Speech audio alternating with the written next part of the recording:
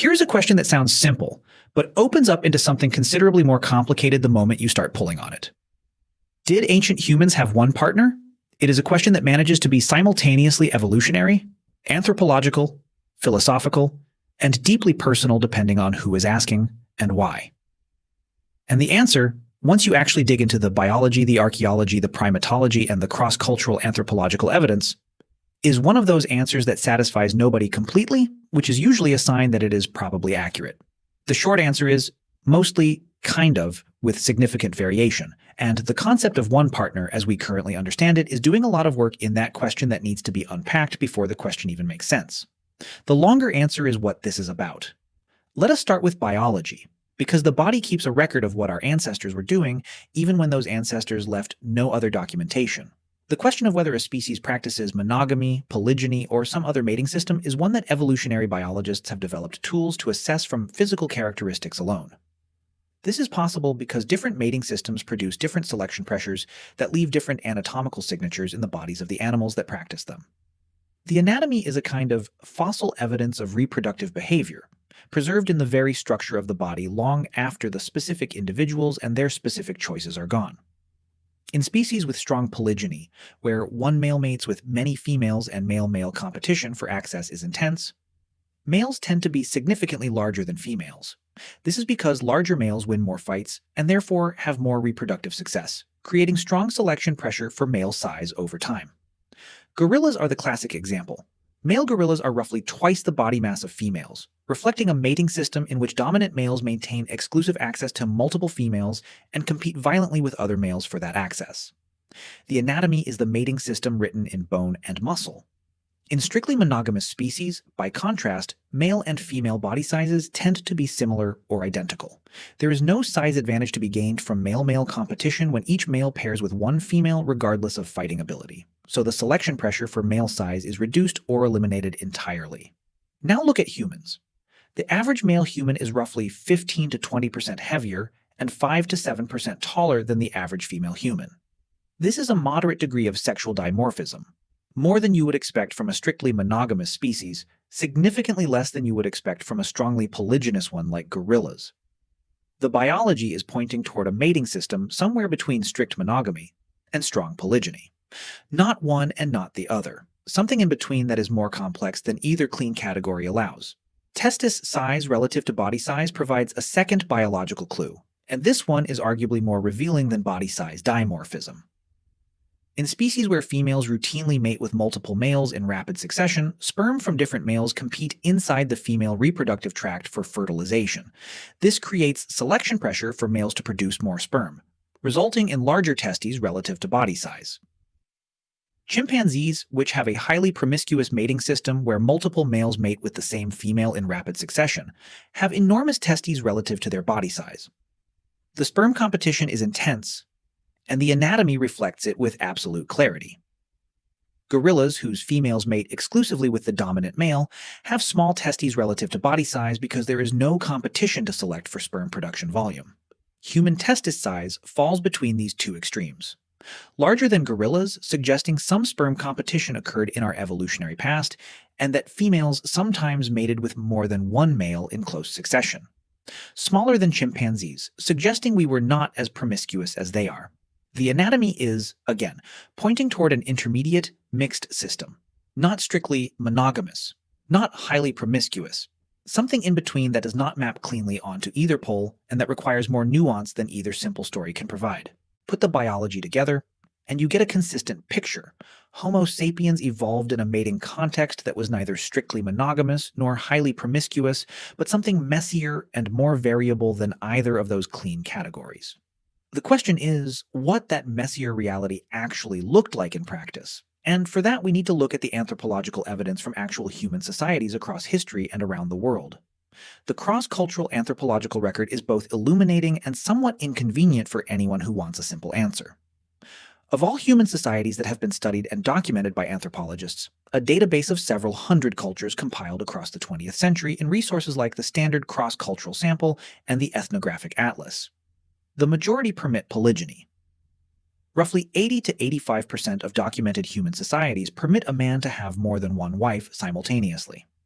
This is a striking statistic, and it is frequently cited as evidence that polygyny is the natural human mating system, and that strict monogamy is a cultural imposition against our biological nature.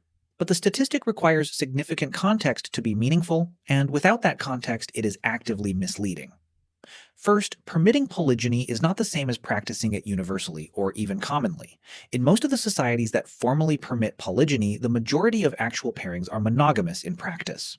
Polygyny, when it occurs, is typically concentrated among high-status men with the resources to attract and support multiple wives. Most men do not have those resources. Most men in most human societies throughout history have had one partner at a time, even in cultures that formally permit multiple partners.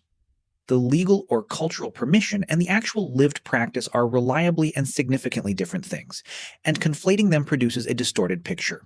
Second, the distribution of mating systems across documented human societies is not a random sample of all possible human social arrangements. Heavily polygynous societies tend to be stratified societies with significant inequality in male resource holdings. Pastoral or agricultural societies where wealthy men can accumulate enough surplus to support multiple wives. Hunter-gatherer societies, which represent the vast majority of human evolutionary history, both in absolute time and in terms of the environment that shaped our evolved psychology, tend toward much lower rates of polygyny than agricultural societies. When we look at the societies most analogous to the environments in which human mating systems evolved, the pattern shifts substantially towards something closer to flexible monogamy with occasional variation. Third, roughly 15 to 20% of documented human societies practice what is formally classified as monogamy as a cultural norm. This is not a trivially small number. Monogamy as a culturally enforced expectation appears independently in enough separate human societies to suggest it is not purely a modern Western cultural imposition, but a recurring human social solution to specific sets of problems that arise repeatedly across different contexts. What problems does monogamy solve? This is where the evolutionary logic gets genuinely interesting.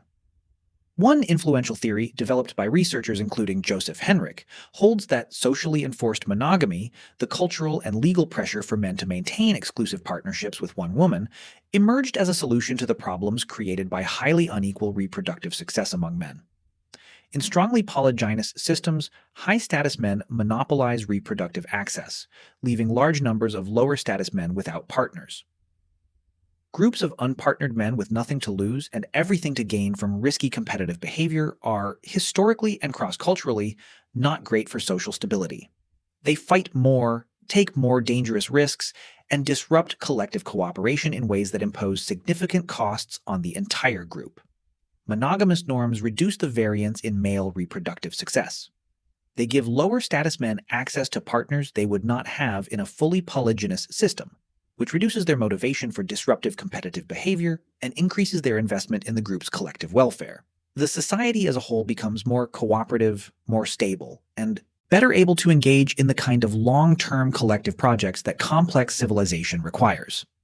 The argument is supported by cross-cultural data showing that societies with more enforced monogamy tend to have lower rates of male-on-male violence and higher levels of paternal investment in children. Both outcomes that are good for group survival and long-term competitive success. Monogamy also addresses the problem of paternity uncertainty in a specific and practically important way. A man who is in an exclusive relationship with a woman and whose exclusivity is enforced by social pressure can be more confident that her children are his. Higher paternity confidence produces more male investment in offspring. More paternal investment produces better outcomes for children. A society that generates more paternal investment per child is, in the long run, a more effective competitor against societies that cannot. The logic is cold, but the consequences are real. This does not mean monogamy is natural in the sense of being biologically inevitable or the universal default. It means monogamy is a social technology, a set of cultural rules and enforcement mechanisms that emerged repeatedly in different human societies because it solves real coordination problems. It is invented, not innate, but things that are invented can still be effective and worth having. And the fact that they need to be enforced does not make them unnatural in any meaningful sense.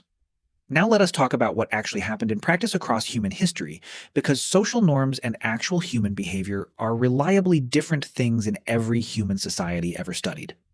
The genetic record of human populations gives us one important window into historical mating patterns.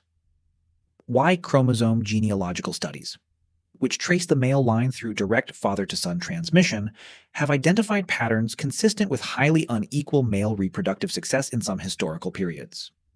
One famous study estimated that a single man living roughly 4,000 to 5,000 years ago in what is now the Eurasian steppe region has somewhere between 16 million and 19 million male line descendants alive today. The genetic signature suggests this was not random variation across a large population. It reflects a social system in which some men had dramatically more reproductive success than others, consistent with the kind of highly stratified polygyny associated with pastoralist warrior societies of the Bronze Age steppe. Some men had many children across many women. Many men had none at all. The genes remember even when the documents do not. Studies of ancient DNA from Neolithic agricultural sites in Europe have found patterns suggesting significant inequality in male reproductive success relative to female reproductive success, fewer distinct male lineages than female lineages contributing to the next generation. The transition to agriculture and the accumulation of heritable wealth appears to have increased male reproductive inequality, not decreased it. When you can own land and cattle and pass them to your sons, the material basis for polygyny expands dramatically, and the pattern shows up in the genetics of the populations that followed. Hunter-gatherer populations, studied both through ancient DNA and through contemporary observation, show lower degrees of male reproductive inequality. This is consistent with the theoretical expectation. In societies with limited individual wealth accumulation and strong norms of resource sharing, the material basis for polygyny is structurally limited. You cannot support multiple wives if you cannot accumulate significantly more resources than your neighbors. The egalitarianism of hunter-gatherer resource sharing was not just a spiritual virtue. It was also a structural constraint on reproductive inequality. People formed primary pair bonds. This is consistent across all of the evidence and across every human society ever documented. The pair bond, a recognized, stable relationship between two specific individuals that involves mutual investment, shared living arrangements, and shared responsibility for offspring, appears to be a genuine human behavioral universal. The neurochemical architecture of the pair bond, the oxytocin and vasopressin systems that produce attachment and preference for a specific individual over others, is real, well understood at the biological level, and clearly the product of long evolutionary history. It evolved because it worked. Pairs that stayed together raised more surviving children than pairs that did not, over enough generations that the emotional architecture of human attachment was shaped by that selective reality. But the pair bond coexisted with behavior outside the pair bond, in both directions and in both sexes, across virtually every human society ever documented. The genetic evidence for sperm competition, the intermediate testis size, and the cross-cultural documentation of extra-pair relationships in human societies all point to the same conclusion. Humans formed primary pair bonds, and also, at significant rates, maintained or sought relationships outside those bonds. The pair bond was the modal relationship, the expected structure, the social baseline. It was not always exclusive in practice, even when it was expected to be exclusive in theory. Studies of contemporary hunter-gatherer societies consistently document rates of extra-pair relationships that are significant without being dominant. In these societies, extra-pair relationships are typically not random or indiscriminate. They occur within ongoing relationship structures with specific individuals that are semi-acknowledged within the community, rather than as purely opportunistic encounters. The social reality is more complex than either faithful monogamy or unconstrained promiscuity, and it exists in that complicated middle space that simple theories about human nature find inconvenient to inhabit. One dimension of prehistoric mating that formal evolutionary frameworks often underplay is the role of individual variation. Evolutionary models describe populations and averages and selection pressures. But individual variation around those statistical tendencies was real, substantial, and consequential. In any population of hunter-gatherers, some individuals were more inclined toward long-term exclusive attachment, and others were more inclined toward multiple simultaneous or sequential relationships. Some men were more invested fathers, and some were less so. Some women prioritized security and reliable provisioning in a partner, and others prioritized genetic quality or social status by different measures.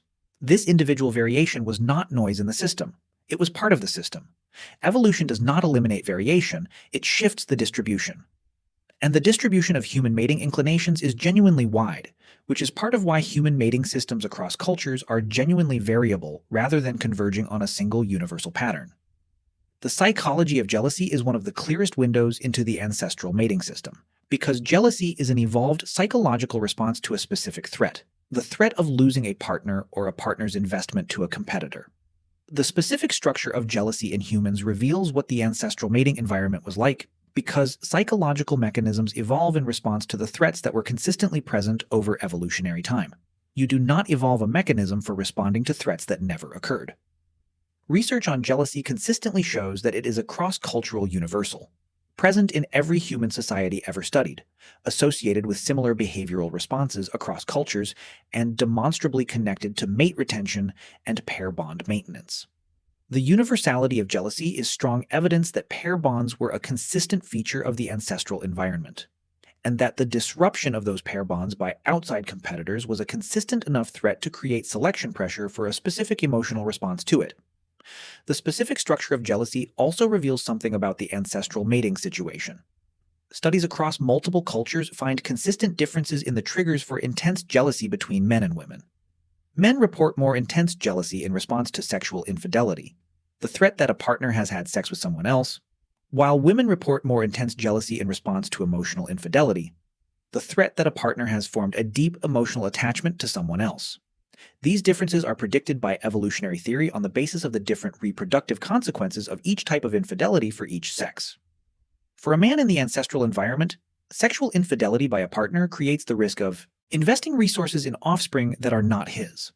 For a woman in the ancestral environment, emotional infidelity creates the risk that a partner will redirect his resources and investment toward another woman and her offspring. Both are real threats and both produce jealousy, but the relative intensity tracks the relative reproductive cost of each type of infidelity. The psychology is a record of what the ancestral mating environment looked like, written in the structure of emotion rather than in stone or bone. The role of female mate choice in shaping the human mating system is a dimension that earlier evolutionary accounts systematically underemphasized. Female mate choice is an active, sophisticated, and highly consequential force that has shaped human mating systems as powerfully as male competition has. Women in hunter-gatherer societies are not passive recipients of male competition outcomes. They exercise preferences actively, form alliances that support those preferences, resist pairings that are not in their interest, and pursue relationships that serve their own reproductive and social goals. Female preferences in hunter-gatherer societies tend to favor men who combined physical capability with social skill and demonstrated generosity, the willingness to share resources, to invest in the woman and her children, to be a reliable contributor to collective welfare over time. This combination is not easily faked in a small group where everyone observes everyone else constantly. Women in small bands have access to extensive information about potential partners' actual behavior under a wide range of conditions, which makes their mate choices considerably more informed than they could be in a large anonymous modern society. The universality of marriage as a human institution points in the same direction as all the other evidence. Marriage, some culturally recognized form of partnership that is publicly acknowledged, carries mutual obligations, and is distinct from casual sexual relationships, is present in every human culture ever documented. The specific forms vary enormously, but the existence of some culturally recognized institution for the formalization of pair bonds is universal. You embed a behavior in social structure when the behavior is important enough to require social management, and when individuals left to their own devices would not always behave in ways that serve collective interests. The fact that every human culture has developed some form of marriage institution suggests that the underlying pair bond is real and deep enough to require formal recognition, and that it is also fragile enough to require structural support. What does all of this add up to? Ancient humans had, predominantly, one primary partner at a time. The pair bond was real, emotionally significant, functionally important, and present in every human society ever documented. At the same time, that pair bond was typically not exclusive in the way that modern monogamous ideals define exclusivity.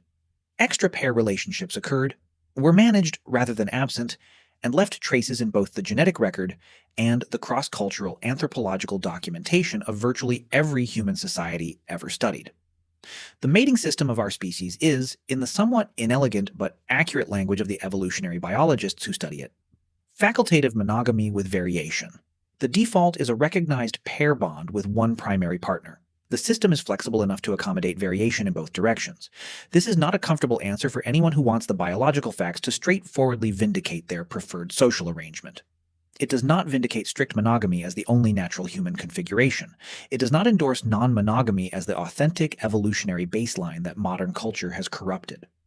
What it tells everyone equally is that the evidence is complicated, the history is complicated, and human sexual behavior has always been more variable than any simple story can capture. The pair bond is real.